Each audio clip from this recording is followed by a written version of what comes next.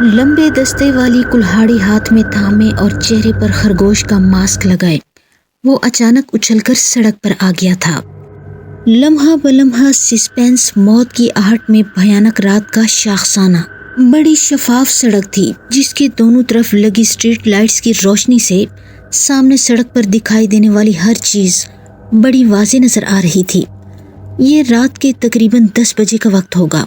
एक नीले रंग की न्यू ब्रांड वैगनआर जिसमें इस वक्त 7 अफराद, जिनमें 2 लेडीज, 1 मर्द, 3 बच्चे और एक छोटी बच्ची शामिल थी। वैगनआर सड़क पर 85 किलोमीटर फी घंटा की रफ्तार से फराटे भरती मशरिक की जानिब बढ़ती जा रही थी। गाड़ी में हल्का हल्का म्यूजिक चल रहा था और मर्द के साथ वाली सीट पर विराजमान एक खूबसूरत और दरमियानी उम्र की औरत हाथ में कोक की डिस्पोजेबल बोतल थामे बड़ी नखवत से आहिस्ता आहिस्ता घूंट भर रही थी। पिछली सीट पर एक औरत जिसकी उम्र तकरीबन 45 के लगभग जरूर होगी विराजमान थी और इसके साथ एक और बच्चा और एक बच्ची बैठे थे और इनकी पिछली सीट पर 2 बच्चे बैठे मोबाइल पर गेम खेलने में मसरूफ थे। गाड़ी की रफ्तार से बखूबी अंदाजा हो रहा था कि इसके मुसाफिरों को अपनी मंजिल मकसूद पर पहुंचने की बहुत जल्दी है।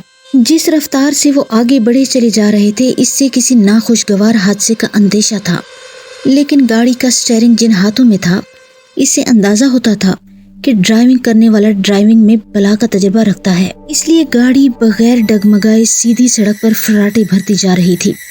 मेरे ख्याल में हमें रात के 12 बजे के करीब श्यामनगर पहुंच जाना चाहिए, मर्द की आवाज़ गाड़ी में गूंजी। जी मुझे भी यही लगता है, क्योंकि पिछली बार जब हम घर से निकले थे तो इस वक्त हमारी गाड़ी की स्पीड 60 किलोमीटर थी और हमें 3 घंटे लगे थे, लेकिन अब जब हम 85 की स्पीड से जा रहे हैं तो उम्मीद है कि 1 घंटा पहले ही श्यामनगर पहुंच जाएंगे और रस्म से आधा घंटा पहले ही पहुंच जाएंगे।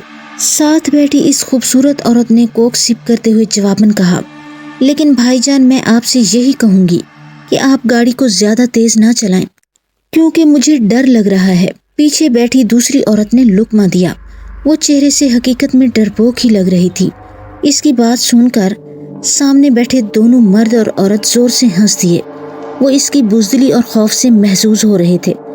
सना, तुम तो ऐसे घबरा रही हो जैसे मैं पहली बार इतनी स्पीड से ड्राइव कर रहा हूँ। आप मेरे साथ बहुत कम सफ़र करते हो, इसलिए मुझे इतनी स्पीड से गाड़ी चलाते देखकर घबरा रहे हो, मर्द ने सामने देखते हुए कहा। इससे पहले कि पीछे से कोई जवाब मौसूल होता, इसने अचानक जोर से ब्रेक लगा दिए और गाड़ी उलटते उलटते बची। उफ मेरे खुदाया, ये क्या चीज़ थी जो अचानक सड़क के दाएं तरफ से लुढ़कती हुई ऐन इनकी गाड़ी के सामने एक फुटबॉल की मानद उछली और सड़क की दूसरी जानिब चली गई। अगर वो पर वक्त ब्रेक ना दबाता तो शायद वो अजीब चीज़ इनकी विंड स्क्रीन से टकरा जाती। अचानक ब्रेक लगने और गाड़ी के डगमगाते ही साथ वाली औरत और पीछे के तमाम अफराद खौफजदा होकर चीखने चिल्लाने लगे और खुद मर्द की हालत भी बहुत पतली हो रही थी, क्योंकि वो भी इस अचानक उफ्ताद से घबरा गया था। अगर वो ड्राइविंग में महारत ना रखता होता तो इस वक्त वो सड़क के किनारे पर जख्मी हालत में पड़े एम्बुलेंस का इंतजार कर रहे होते, लेकिन इस वक्त इसकी महारत ने इस समेत इसकी फैमिली के तमाम अफराद को महफूज रखा था। गाड़ी एक जानिब खड़ी करके और तमाम अफराद की खैरियत दरियाफ्त करके वो अपनी साइड का दरवाज़ा खोलकर बाहर निकला। इसकी फैमिली ने उसे ऐसा करने से रोका, लेकिन वो इंसानी तजस्सुस के हाथों मजबूर होकर बाहर निकल चुका था। इसका रुख उस जानिब था जिस तरफ से वो चीज़ लुढ़कती हुई गई थी। इसके घर के दीगर अफराद गाड़ी में बैठे आंखें फाड़े उसे देख रहे थे। दूसरे लम्हे वो मर्द बड़ी तेजी से भागता हुआ गाड़ी की जानिब ही लपका। इसके चेहरे से यूं लग रहा था जैसे किसी ने सुरंज से इसके चेहरे का तमाम खून खींच लिया हो। इसकी आंखें फटी फटी स्ट्रीट लाइट्स की रोशनी में गाड़ी के अंदर से साफ ही दिखाई दे रही थी। गाड़ी के नज़दीक पहुंचते ही दूसरे लम्हे इसने जल्दी से दरवाज़ा खोला और तेजी से गाड़ी स्टार्ट करके उसे आगे बढ़ा दिया। लेकिन अभी वो एक फरलांग तक ही गए होंगे कि सामने सड़क पर एक इंसानी जिस्म उछलता हुआ नमूदार हुआ, जो सर से महरूम था और इसकी गर्दन से खून फवारे की मानद निकल रहा था। उसे इस तरह उछलते देखकर तातारी कबीले की याद ताज़ा हो गई, जब वो लोगों पर जुल्म ढहाने के नित नए तरीके ढूंढते रहते थे और इन्हें अजियत देकर खुश होते थे। इनके कबीले में एक ऐसा दिल दहला देने वाला खेल ये भी था कि वो मुजरिमों को सजा के तौर पर एक ऐसे इंसानियत सोज और घिनौने खेल को अपने सर अंजाम देते कि जिसको देखकर इंसानियत भी शर्मा जाए।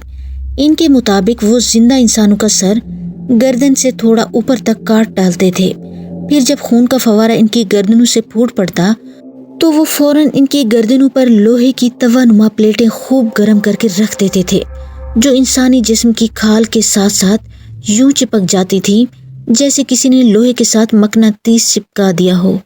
ایسا کرنے سے جسم سے نکلنے والا خون باہر نکلنے کی کوشش کرتا، لیکن رکاوٹ ہونے کی وجہ سے انسانی جسم کے اندر دوبارہ لوٹ کر ایک انتشار پیدا کر دیتا، اور اس ساری کاروائی میں وہ انسانی جسم یوں اچھلتے جیسے رقص کر رہے ہوں، موت کا رقص، انتہائی دل دہلا دینے والا رقص۔ بہرحال اس طرح کے ہزاروں قصے ہماری تاریخی کتابوں میں ملیں گے، جنہیں پڑھ کر اندازہ ہوتا ہے کہ اس دنیا میں ایک سے بڑھ کر ایک ظالم اور خونخوار انسان پیدا ہونے کے بعد دوبارہ مٹی میں مل گئے۔ اس وقت جو صورتحال ان کے سامنے تھی وہ بھی ایک خوف زدہ کر دینے والی حقیقت تھی، جسے دیکھ کر اچھا بھلا انسان بھی خوف سے چیخنے لگتا۔ رات کا وقت تھا اور شام نگر کی طرف جانے والی اس سڑک پر اتنا رش نہ ہوتا تھا، کیونکہ اس علاقے میں زیادہ تر لوگوں کے پاس اپنی سواری نہیں تھی۔